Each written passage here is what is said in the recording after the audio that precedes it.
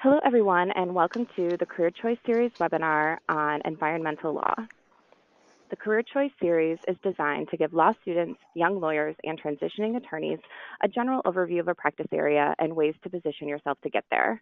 The Career Choice Series is brought to you today by the ABA Career Center, Law Student Division, Young Lawyers Division, and section of Environment, Energy, and Resources. The Young Lawyers Division is here to help new lawyers navigate the early years of their career and law students prepare for life after law school.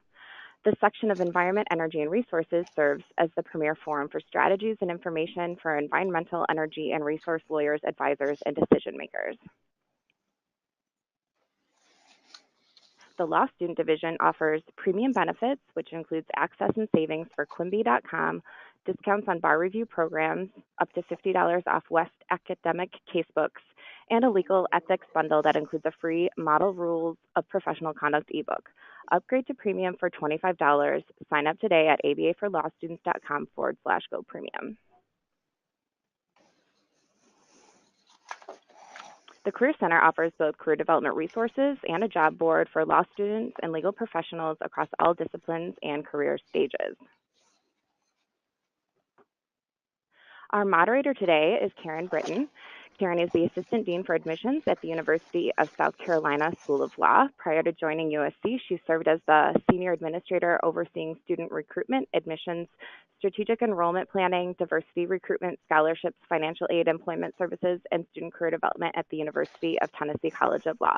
Karen is a former president of NALP, the National Association for Law Placement, and she currently serves as a member of the ABA Career Center Board. Karen, thank you so much for moderating today. I'll let you take it from here. Okay, thank you, Emily. And we are pleased to have two experienced and knowledgeable panelists and bar leaders to discuss careers in the environmental field. First, we have Michelle Diffenderfer, who is the president of Lewis, Longman, Walker, a law firm of 33 attorneys in 4 offices in Florida, which represents landowners, businesses, and government in issues related to environmental and land use law. Michelle balances her management role and her practice with leadership in professional organizations, including the ABA section on environment, energy, and resources. Now, that's a balancing act that some of you may face one day. Marisa Blackshire is a senior general attorney at BNSF Railway. Marisa is physically located in California, but works on a wide variety of legal matters involving 28 states and Canada. She handled similar issues in private practice with a varied client base before going in-house with BNSF. She is also very involved with the ABA and works in her community, particularly with at-risk youth in the Los Angeles area.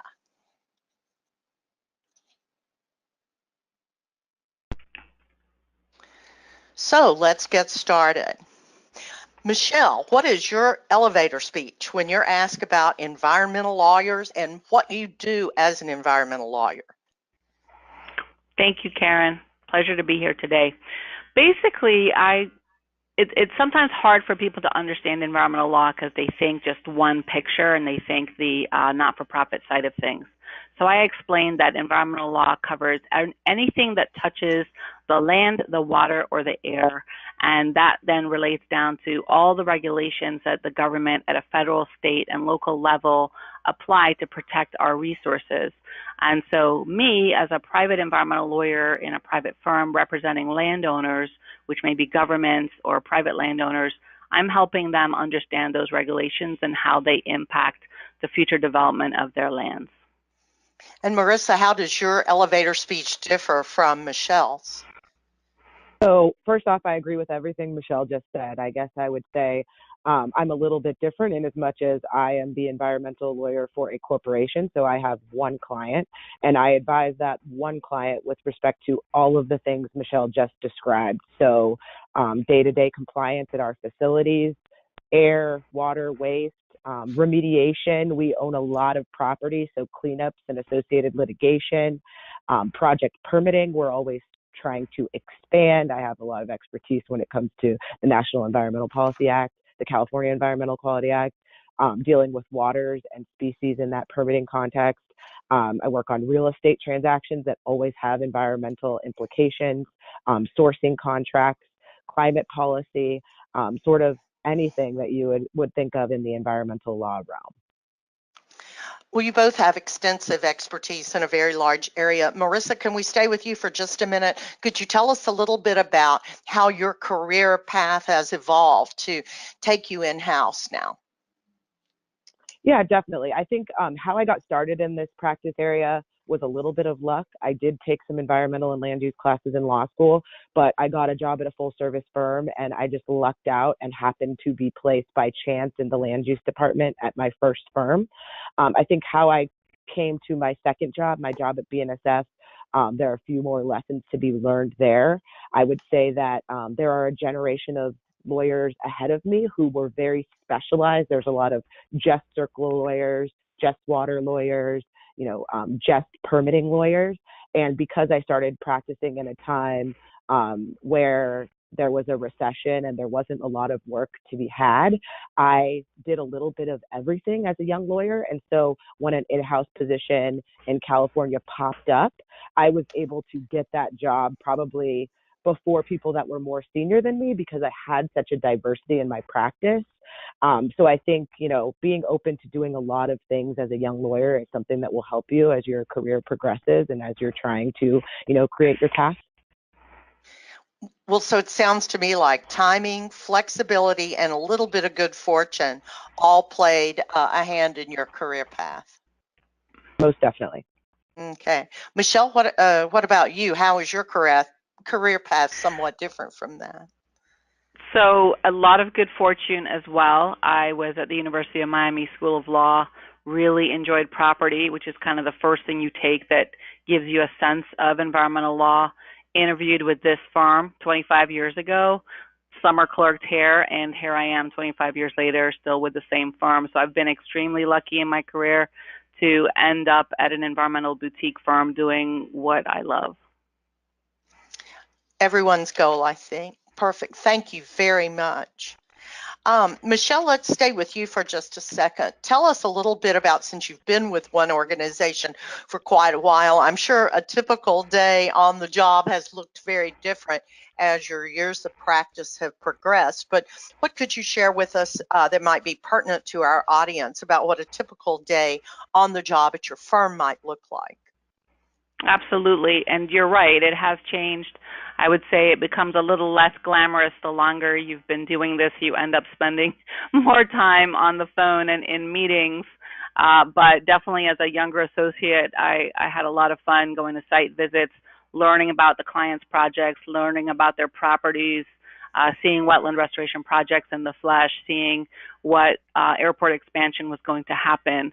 And so there's a mix. You spend some time learning from your client what it is they're trying to achieve, what they're trying to get permitted or approved, and then quite a lot of time with the governmental agencies, working with their lawyers, working with their staff on ensuring that your client's project is going to meet their requirements and making sure your client and your client's team of engineers, biologists, wildlife biologists understand what's going to be needed to get through the permitting and approval process. Marisa, what about in your case? Yeah, so obviously I do all the same things that Michelle does. It's not all that glamorous. We do a lot of emailing, a lot of phone calls, a lot of meetings. I'd say with respect to where I work, there's a ton of travel and a ton of being out in the field. Like you explained earlier, we operate in 28 states and 2 Canadian provinces, and my team handles environmental legal issues in all of those places. So I'm all over the place. We are in the field.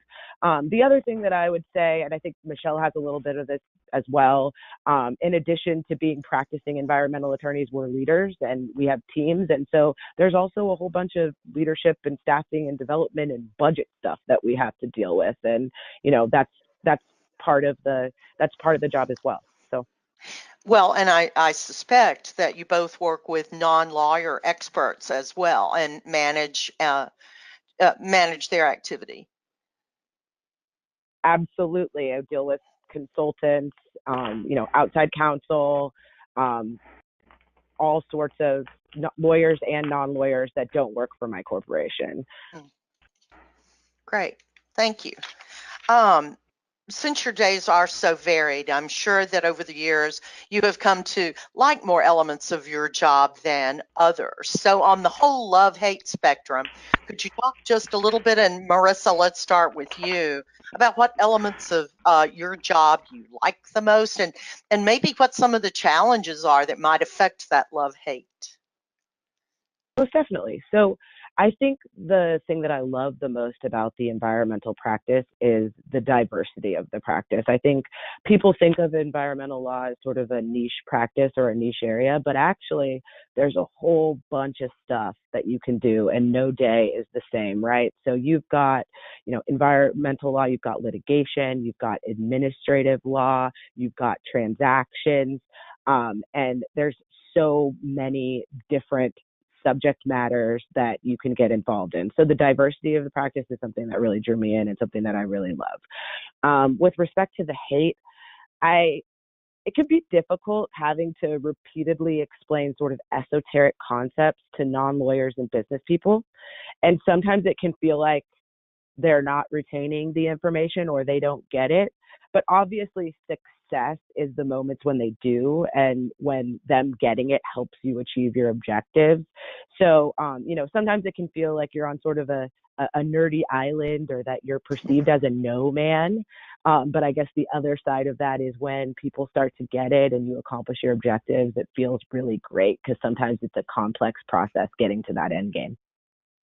Interesting. Michelle, how would you react to those same questions? So one thing that I love is a lot of our firm's clients are institutional, meaning that they've been our clients for 25 years, and if we're lucky enough, we'll continue. And so many of the people I work for, I feel like I'm in-house, like Marisa. And so I have very strong relationships with our client base, and that's a good sense of camaraderie on working with issues. For the issues that we're working on, they are front page type issues. Like right now, the new definition of the wetlands law for the feds and Lake Okeechobee here in Florida, and so that's exciting. We're usually working on things that very much touch people's lives and things that everybody's talking about, and we're right there front and center working on those issues. Sounds interesting. Now let's talk about, just for a minute, some of the skills that both of you feel like are necessary to succeed and also to enjoy work as an environmental lawyer. Michelle, why don't we stay with you to begin that conversation? Okay, sure. I was thinking about these skills, and many of these translate to many different lawyer jobs, but focusing in on environmental law, I think a strong analytical mind. There's a lot of review of regulations, which can sometimes feel mathematical, formulaic, about what applies, what doesn't, what's exempt, what's grandfathered. So I think strong analytical skills are really important. Next up would be excellent communication skills, because we're dealing with so many different disciplines.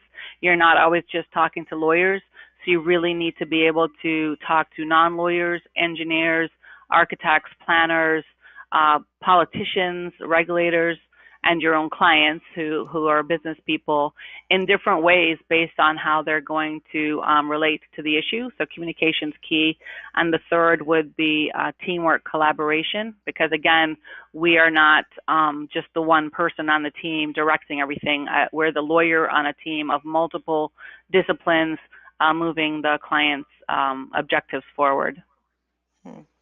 Marisa, how would your list differ from Michelle's, or would it be very much like hers? My list would be very much like Michelle's. I mean, just to put a finer point on a couple of those things I wrote down, being able to distill and dumb down complex information. A lot of times you as the lawyer are the person that's having to break down what is probably a complicated message. I think writing is important across the board when you're wanting to be a lawyer, but particularly in the environmental field. And then something I say reluctantly, but I think is helpful, is, a background in science or math or an interest in that. I'd say I wasn't particularly interested in in those subjects in school, but I love them in the practical. And if you don't love them in the practical, you have no business being in this world. So. So it sounds like that might have been a bit of a surprise to you, or maybe just a surprise that actually it worked well given your initial thoughts about what environmental law might be like. But tell us a little bit, and let's stay with you, Marisa, about what else might be surprising to some of our listeners who are maybe forming their first concepts about what environmental law is all about. And you all have created a really broad brush look at that topic today, but what might still surprise our listeners? I guess I would echo one of the things I said earlier, and that is, the diversity of the practice. But in addition to that, I'd touch on something else that Michelle mentioned earlier. There's this oftentimes a perception that environmental law is just what's happening on the not-for-profit side. And I would say that I think people would be surprised to know how important environmental law and environmental legal issues are to large corporations, and the type of visibility that you have in a large corporation when you work in this area. Because, contrary to popular belief, I think most large companies are committed to, doing what's right in this particular issue area. Michelle, from your perspective, what could you add to that? I'm going to add that that's very true. And taking it to another level, I think that the outside world looks at environmental issues as being very black or white, you're one side or the other. And when people get into this practice area, they realize the wealth of regulations and requirements that are on all landowners. And it can sometimes be hard for people once they actually learn and get educated on all of those issues and all the requirements to go through to make sure you're compliant. It can help people understand better their place, when they turn their tap on at their water tap, but they're upset that someone's doing something to take water out of the Everglades, but they don't realize when they're turning the water on at their tap that is pulling water from the Florida Everglades and having an impact, because these systems are so interconnected.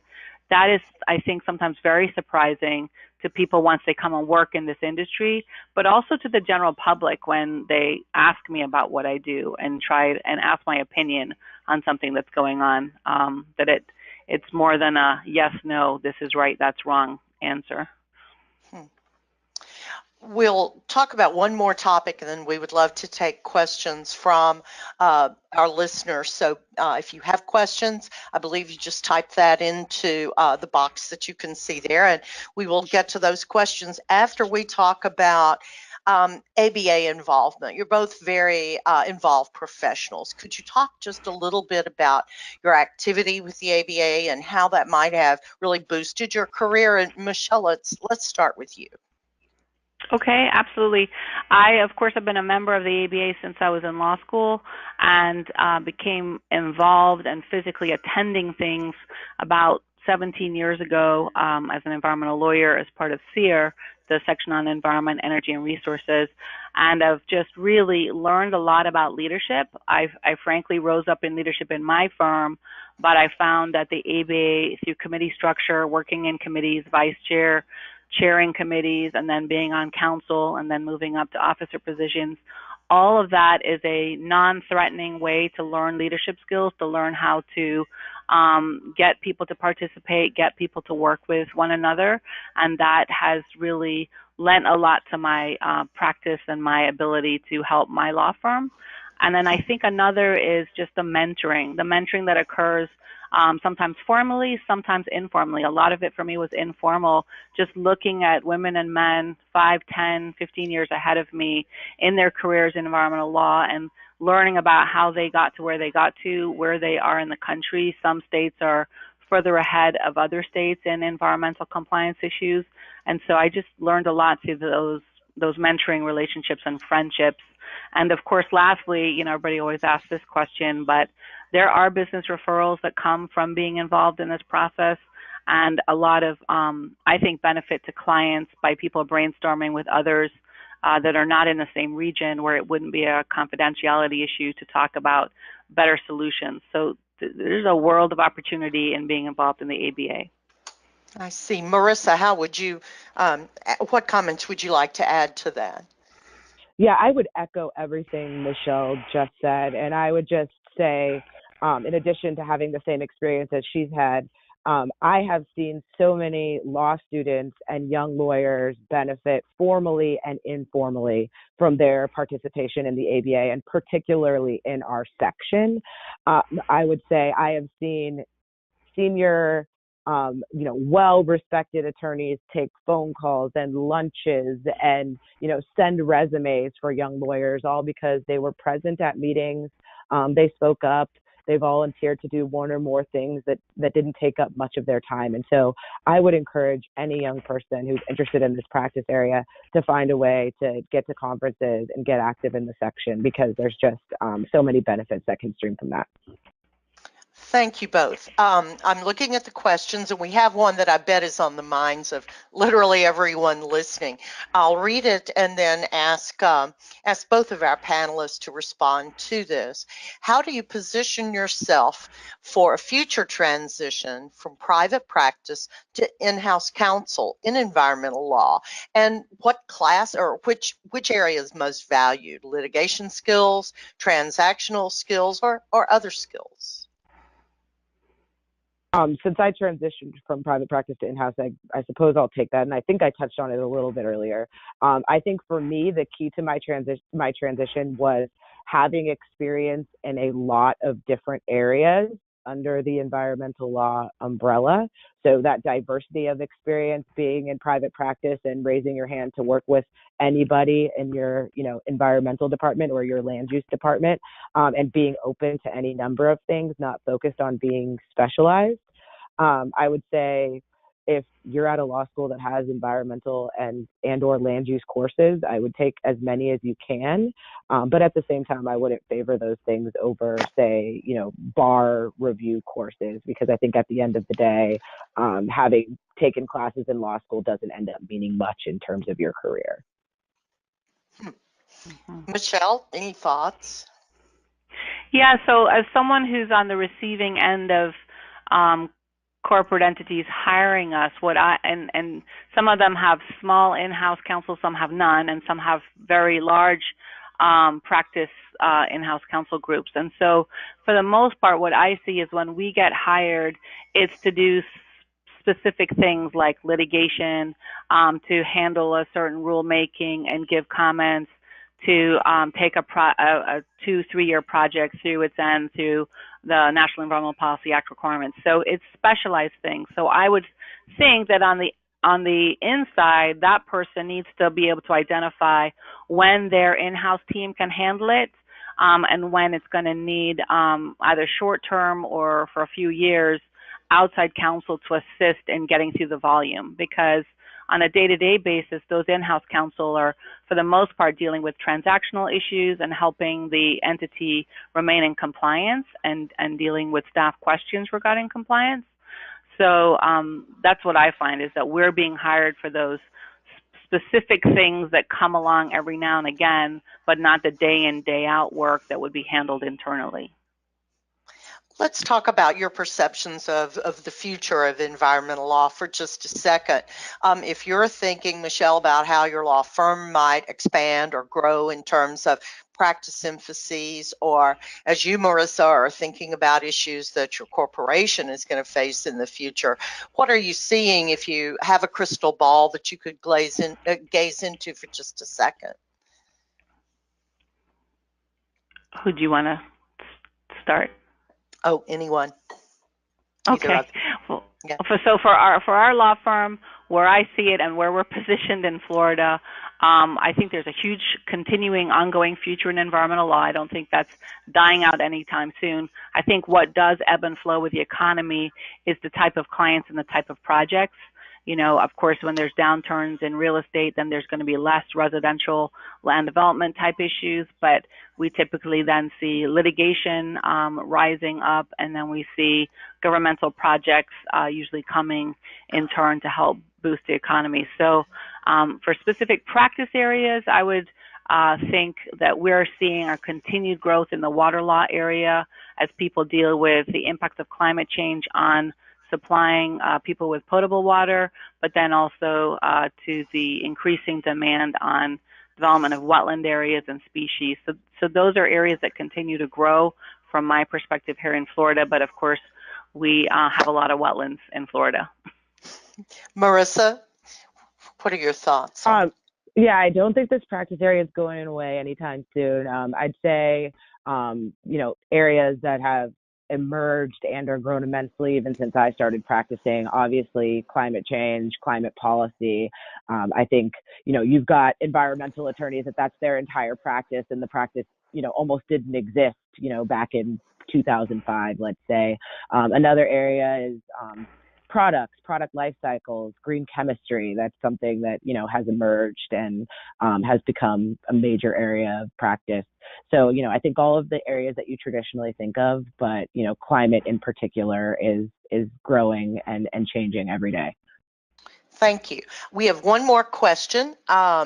You're both in the private sector. What do you, could you tell us a little bit about careers in the public sector in environmental law that might appeal to our students who want to work in the public sector?